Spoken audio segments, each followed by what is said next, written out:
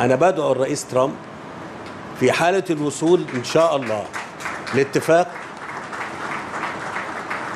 إنه يحضر توقيع هذا الاتفاق في مصر، عشان حل الدولتين اللي احنا بنتكلم عليه هيبقى فرصته أكبر كتير لو تم إنهاء الحرب في أسرع وقت، وزي ما قلت كده وبدء الإعمار لصالح شعب غزة عشان يعيش على أرضه، وأيضا الشعب الفلسطيني في الضفة الغربية.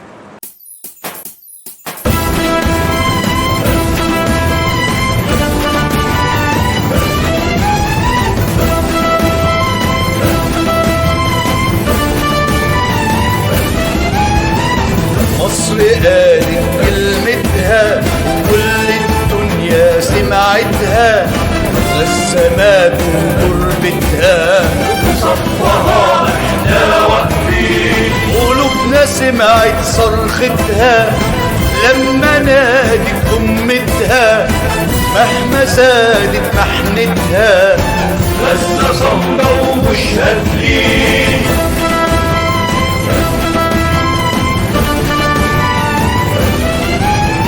جيش وشعب وقيادة في صف غزة كالعادة، ملايين تحارب وزيادة ونقالوا حرب احنا جاهزين، أبطال بتهتف وتنادي الأرض أرضي وبلادي، ما نسيبها أبدا لأعادي، وغزة راجعة يا فلسطين.